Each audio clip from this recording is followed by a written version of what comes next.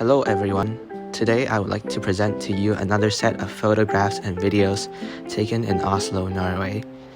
In many ways, my stay at Oslo is significantly different to that at other locations.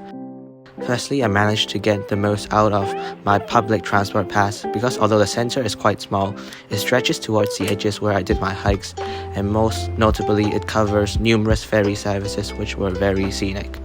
This allowed me to visit two islands, namely Hovedøya and Gressholmen. The islands were obviously not equipped with facilities for tourists, but they offered a very nice escape for the city.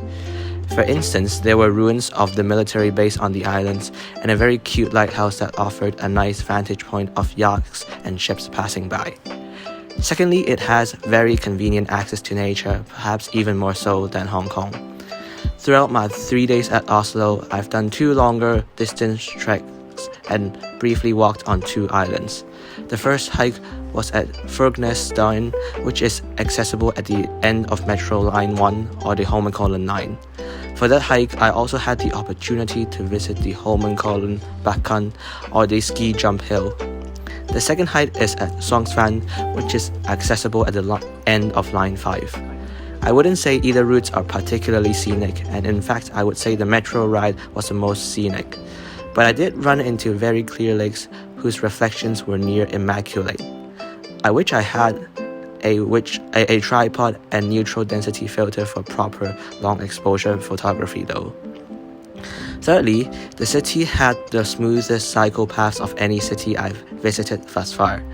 This made skating so much more enjoyable, and in fact I skated the entire length of the promenade and back a bit, which made the skate around 15 kilometers in total.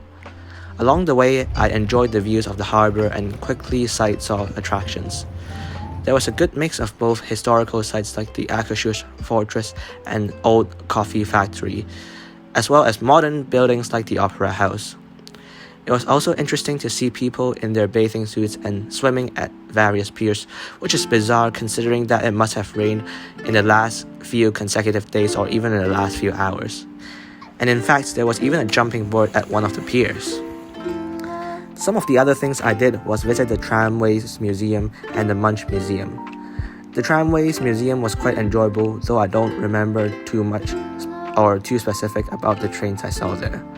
I did recall seeing a ticket gate design that is quite similar to KCR in Hong Kong, as well as a very chatty and kind museum attendant who offered to delay the closing time by 30 minutes when several guests arrived 15 minutes before closing.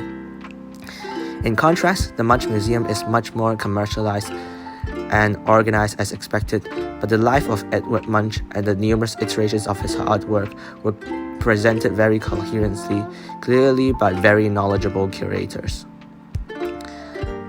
As most solo travelers would complain, Oslo is very expensive. I actually cooked several dinners at the hostel and made packed lunch for all days.